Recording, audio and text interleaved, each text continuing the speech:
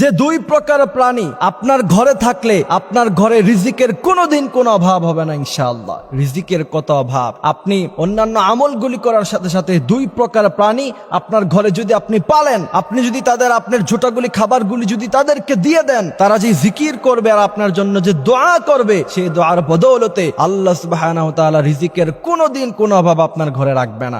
এক নাম্বার হচ্ছে বিড়াল। বিড়াল হচ্ছে রাসূল করিম সাল্লাল্লাহু আলাইহি সাল্লামের অত্যন্ত পছন্দের প্রাণী। একবার হযরতে কাতাদা রাদিয়াল্লাহু তাআলা আনহু ওযু করতেছিলেন, তিনার ভাতিজা তিনাকে ওযুর পানি ঢেলে দিচ্ছিল। এমনই সময় দূর থেকে এক বিড়াল আসছিল। বিড়াল আসার পরে হযরতে কাতাদা রাদিয়াল্লাহু তাআলা আনহু সে বিড়ালকে পানি দিচ্ছিলেন। কাতাদা রাদিয়াল্লাহু তাআলা আনহুর ভাতিজা প্রশ্ন করলেন, আপনি বিড়ালকে পানি দিলেন কেন? কাতাদা রাদিয়াল্লাহু তাআলা আনহু বলেছিল, তুমি কি জানো না যে বিড়াল রাসূল করিম সাল্লাল্লাহু আলাইহি সাল্লামের অত্যন্ত পছন্দের প্রাণী, আর সেই বিড়ালকে রাসূল করিম সাল্লাল্লাহু আলাইহি সাল্লাম সবচেয়ে বেশি পছন্দ করতেন। এই জন্য আপনার ঘরে যদি বিড়াল থাকে, আর আল্লাহ বলছেন ইউসাব্বিহু লিল্লাহ মা ফিস সামাওয়াতি ওয়া মা ফিল আরদ লাহুল মুলকু ওয়া লাহুল হামদ। পৃথিবীর মধ্যে যত গাছপালা তরুলতা প্রাণীরা আছে সবাই আল্লাহ পাকের জিকির করে। এই বিড়াল যদি আপনার ঘরে থাকে, আপনার দেওয়া খাবার দাবারগুলি খাওয়ার পরে সে জিকির করবে, আপনার জন্য দোয়া করবে, ইয়াকিন রাখেন আল্লাহ পাক সেই ঘরে কোনোদিন রিজিকের কোনো অভাব দিবে না। যেই ব্যক্তিগুলি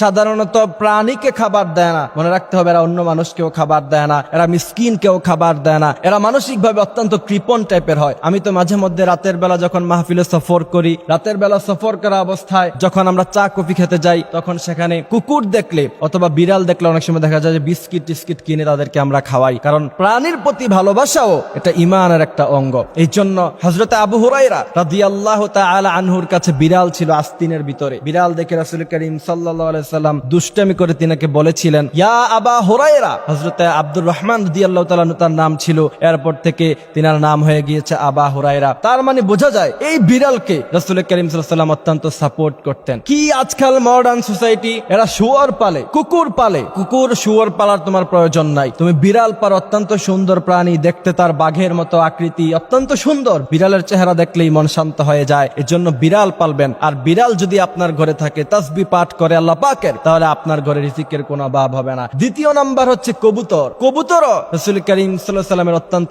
পছন্দের প্রাণী ছিল। এই কবুতরগুলি সবসময় আল্লাহ পাকের জিকির করে। পৃথিবীর মধ্যে যত প্রাণী আছে সমস্ত প্রাণী আল্লাহ পাকের জিকির করে, কিন্তু কবুতর সকালবেলা যখন আপনি ঘুমিয়ে থাকেন ফজরের নামাজের সময়, সেই কবুতর কিন্তু ঠিকই আপনাকে ঘুম থেকে জাগিয়ে দেয়, মোরগগুলি আপনাকে জাগিয়ে দেয়। ফজরের সময় পৃথিবীর সমস্ত প্রাণীর ঘুম ভেঙে যায়, শুধুমাত্র একমাত্র মানুষের ছাড়া। মানুষের ঘুম ভাঙে না। এজন্যই আল্লাহ বলছেন ইন্নাল ইনসানা লিরাব্বিহি লাকানুদ, মানুষ নিশ্চয়ই অত্যন্ত নিমুখারাম। ইন্নাহু কানা যালুমান জাহুলা, মানুষ হচ্ছে অত্যন্ত দুর্বল এবং অত্যন্ত বড় ধরনের জালেম। এরা এমন রবের সাথে নাফরমানি করে, যেই রব তাদেরকে প্রতিবেলায় খাবার খাওয়ায়, যেই রব তাকে শ্বাস নিঃশ্বাসের শক্তি প্রদান করেছে, যেই রব তাকে পানি দিয়েছে, যেই রব তাকে সুস্থ শরীর মস্তিষ্ক দিয়েছে, সেই রবের কথা তারা স্মরণ করে না। রাত্রেও ঘুমায়, দিনেও ঘুমায়, ফজরেও ঘুমায়, জোহরেও ঘুমায়, হেলায় দোলায় সময়গুলি কাটিয়ে দেয়। আল্লাহ পাক বলছেন ওমাইয়াত্তাকিল্লাহা ইয়াজআল লাহু মাখরাজা ইয়ারযুকুহু মিন হাইসু লা ইয়াহতাসিব। কত রিজিক দরকার বান্দা তোমার। দিন দিন মানুষ বৃদ্ধি পাচ্ছে, মানুষ কোথায় থাকবে? বিজ্ঞান তথ্য দিয়ে বলেছে পৃথিবী পার ডে